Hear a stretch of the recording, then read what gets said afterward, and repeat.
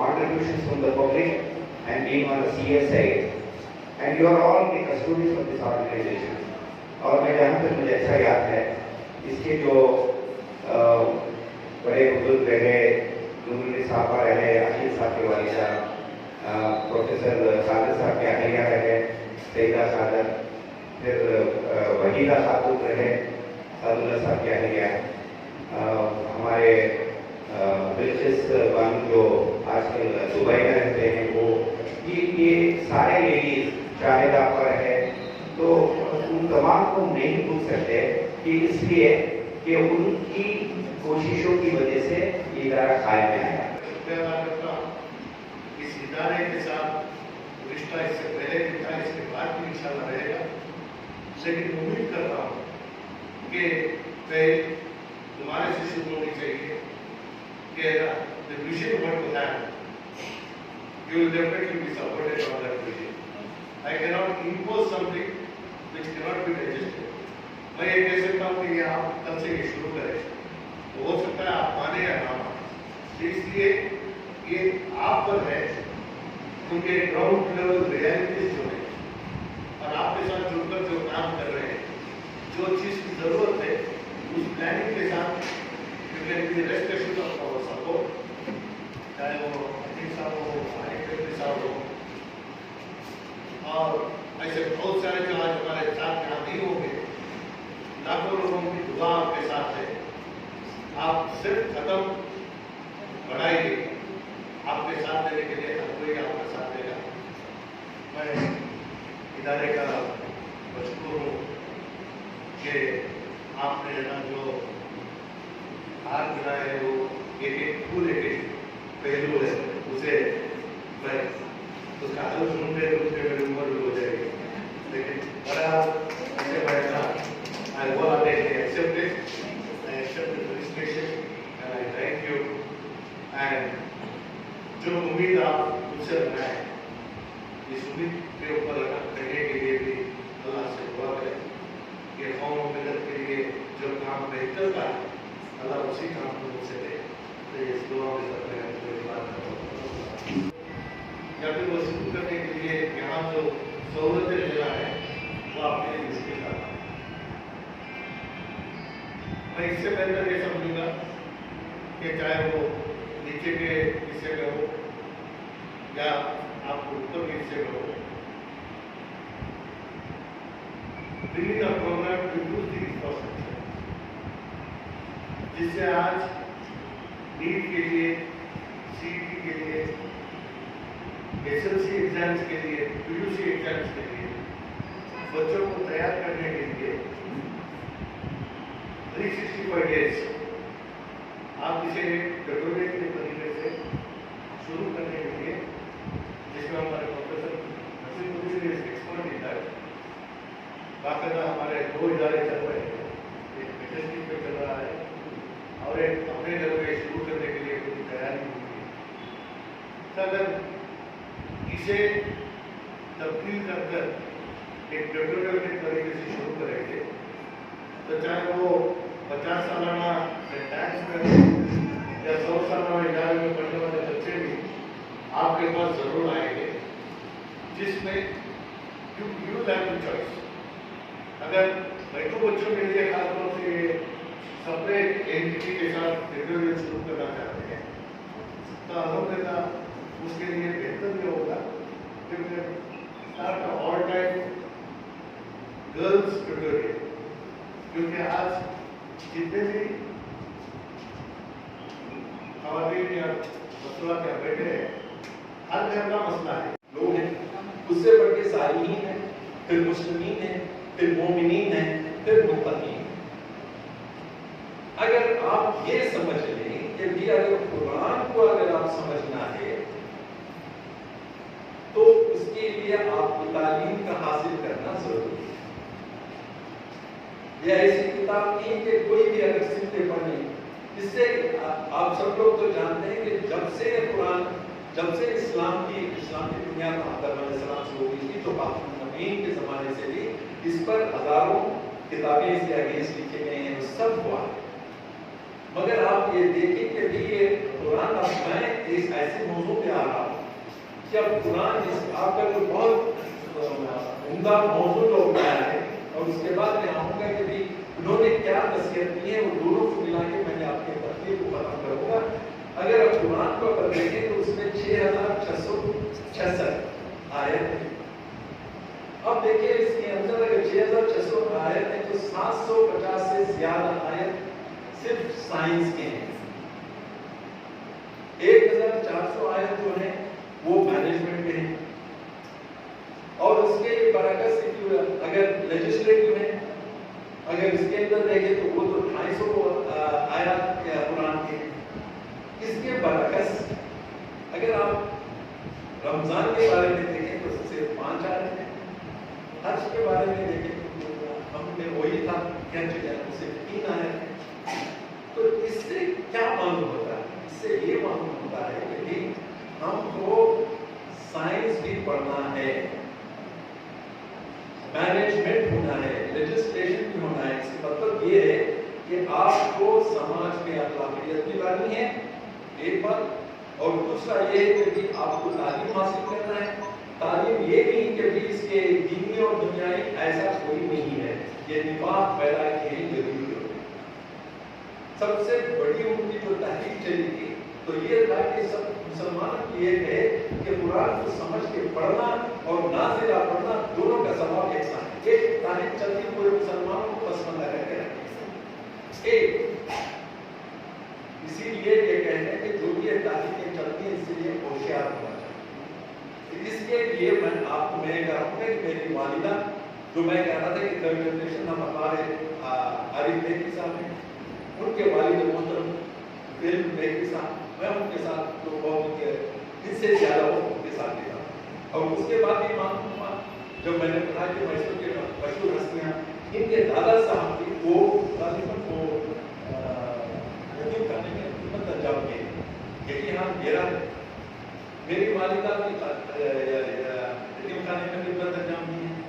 اور میری نانی اس زمانے کے 1910 کی LS وہ یہ چاہتی تھی جسے آپ ایمپاورمنٹ کہہ رہے ہیں، یہ چاہتی تھی کہ مسلمان عورتوں کو سائنس پڑھنا. دیکھیے ان کا کتنا دور اندیشی تھی اور وہ قرآن کو کتنا اچھا سمجھے تھے کہ عورتوں کو سائنس پڑھنا ہے. اسی لیے ہماری نانی نے ہمارے والدہ کا انٹر ہونے کے بعد 1 سال غالباً نانا اور نانی کے ساتھ تکرار کی، پھر بھی انہوں نے ہار نہیں مانی اور ان کو منوایا اور ان کو بنگلور کو بھیجا پڑھنے کے لیے. تو میری والدہ 4 یا غالباً 5 سارے ریاست کرناٹک میسور میں ہیں جو انہوں نے مسلمان عورتوں نے جو ڈبل ڈگری سائنس میں کی. میں اب یہ آ رہا ہوں کہ آپ کو اس لیے کہنا ہے کہ اگر آپ کو دنیا پہ غالب آنا ہے تو سائنس میں ماسٹری کرنی ہے. اسی لیے قرآن کا وقت کہتا ہے. اب میں حال ہی میں کہہ رہا تھا، صدر صاحب بھی جانتے ہیں، جب میں اوسیا انجینئرنگ کالج گیا تھا تو انہوں بھی وہاں پہ بھی ایک قرآن کی آیت تھی جو سورہ حشر کی تھی، لو انزلنا هذا القرآن على جبل لرأيته خاشعا متصدعا من خشية الله تلك الأمثال نضربها للناس لعلهم يتفكرون. یہ تو اتنی پاورفل آیت ہے جسے پاور آف دا نالج جو کہتے ہیں اس میں لو انزلنا هذا القرآن على جبل، پہاڑ کے اوپر. یہ آپ سب لوگ تو جانتے ہیں کہ یہ قرآن تو انسانوں کو اتارا گیا. انسانوں کی لقد خلقنا الانسان فی احسن تقویم، سب سے بہترین تخلیق تو اللہ کی انسان ہے. اشرف المخلوقات کا لقب دیا گیا. پھر اس نے کہا کہ پورے جنات اور پورے ان کو سجدہ کرنے کے لیے سب ہوئے. پھر بھی یہ جب آتی ہیں تو یہ پہاڑ تو نان لیونگ ہے. اگر اور تھوڑا آرگیومنٹ کرے تو تھوڑا ٹریس آف لیونگ نیچر ہے اور پھر بھی لائے وہ پھر شیورنگ کیسے ہو سکتے ہیں. یہ میٹافور استعمال کیا ہے کہ بھی یہ کہنے کے لیے کہ قرآن اتنی پاورفل کتاب ہے کہ بھی کوئی بھی اس کی ذمہ داری نہیں لے سکتا. یہ ذمہ داری ہم نے اٹھائی اور اس کی ذمہ داری ہم نے اٹھائی ہے. تو یہ سب سے بہت ہی امپورٹنٹ چیز جو مہمان نے خصوصی کہا کہ بھی عورت کا رول سب سے پہلا مرکز. اب اس دونوں چیزوں کو لا گیا. اب اس میں کہیے کہ ذمہ داری کس کی ہوگی؟ آپ لوگوں کی ذمہ داری ہوتی ہے. اگر ہم تینوں بھائی